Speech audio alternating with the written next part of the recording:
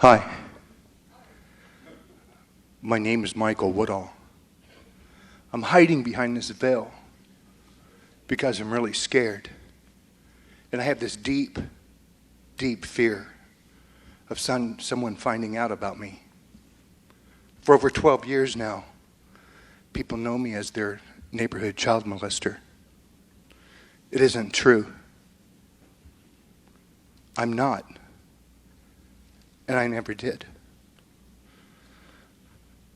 My neighbors don't know that it's not true. The government is telling them that it is true and that they should fear me. I'm a danger to society. They are teaching kids about stranger danger. Make sure you don't let your kids play in front of my house. Don't even ride your bike down my street. You never know what could happen. You see, in 1998, I filed for divorce. I decided I was never, ever going to the emergency room again to have glass shards removed from my skull from my wife's violent attacks. Since my wife is a flight attendant for American Airlines and was gone 48% of the month, well, I just knew I would get custody of my 3 children. And all I wanted was 50-50 custody with equal shared responsibility.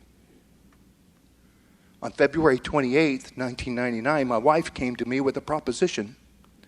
I prefer to call it an ultimatum. She said, I know how much you love your kids. But if you don't give me 100% custody and $6,000 a month, I'm going to see to it that you will never see your kids again. And I will also make sure that no other woman in her right mind would ever have you. I told her to screw off and to get out of my face. I should have taken her a lot more seriously, knowing what she's capable of.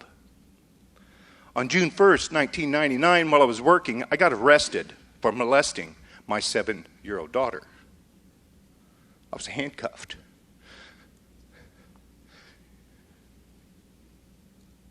In front of the world.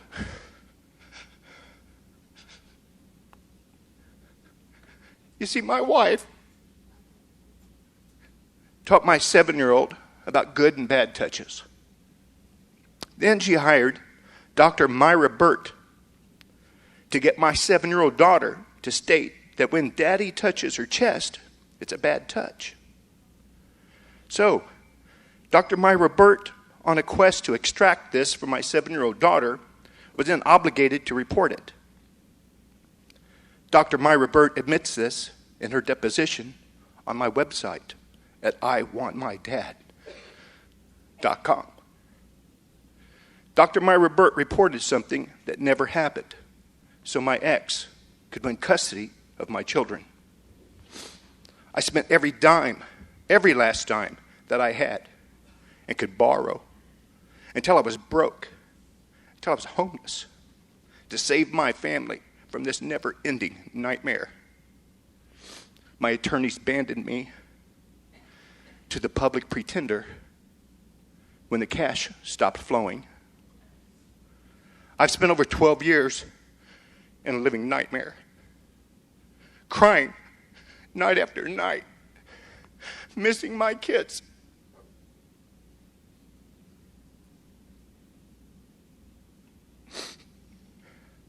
I went 5 years without seeing my kids' faces.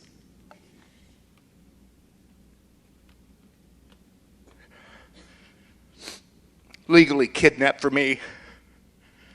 When I was in jail, my ex-wife told them I just abandoned them.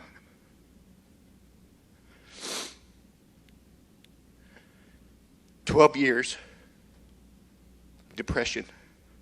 12 years of fear of neighbors finding out. 12 years of vigilantes posting my picture on telephone poles. 12 years of my home being invaded and robbed, vandalized.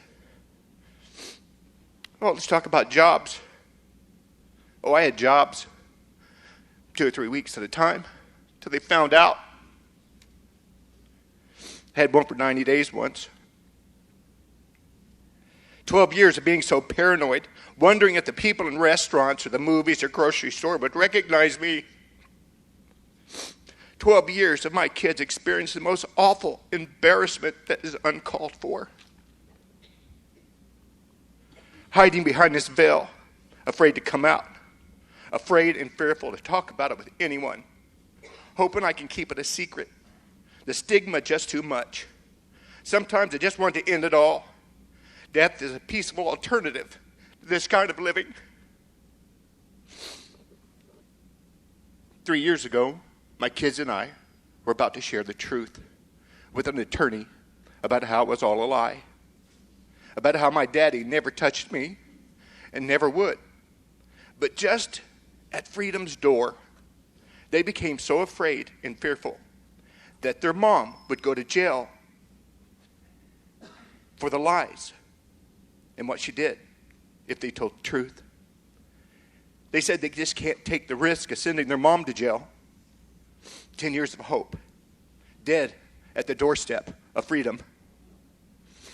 That started 3 years of the worst depression ever, a vortex of downward spiral to the point I am now living in a garage. About 4 months ago, I started an online campaign, invited my daughters to join me. They were pissed. Don't embarrass us anymore, Dad. One says, you are dead to me. This is so embarrassing. I have a professional job now. What if they find out? You are so selfish. My other daughter says, I know it was wrong, Dad, but I'm not helping either. I'm done with that part of my life. I've suffered too much. I'm moving on. I can't take any more of the embarrassment of someone finding out. That's when I hit bottom. There in my cave, in my garage. A voice came to me about 3 months ago. The voice said, speak out. Others are in your shoes. This isn't about you and your suffering anymore. Publicly speak out about this injustice. I said, God, I am not qualified to speak on such a hard, difficult, nasty, horrible subject. Please let me stay in my cave, safe from others finding out. The voice said, Michael, in the history of all humanity, I have never, ever, ever called the qualified. I am the one who qualifies the one I call. Allow me to speak through you. Just be a vessel for me. I will do all the work. I'm done.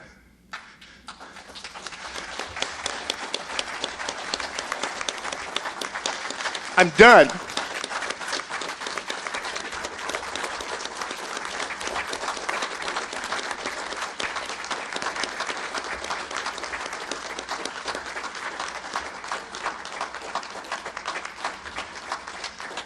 I'm done with this white elephant in my room. I'm done being shackled to this white elephant. I'm absolutely done with walking into places with this big white elephant that I'm stuck with for the rest of my life. Shackled to the ankle, dragging this big white elephant everywhere that I go. And pretending that this big white elephant is not in the room. I pretend that I don't have this shackled, and I walk into interviews hoping that person doesn't see that big white elephant in the room. And it's huge. It's huge. So what can I do with that big white elephant? What are you guys doing with your big white elephant? Some of you are registered yourself. But I'll tell you what, if you're a mother of a register, you're registered. If you're a brother, if you're a father, if you're a dad, if you're an aunt, an uncle, if you are a family member, if you are a friend, if you are a neighbor, you're registered. because that registration affects you, your family, your neighbors, everyone in your life and in your society.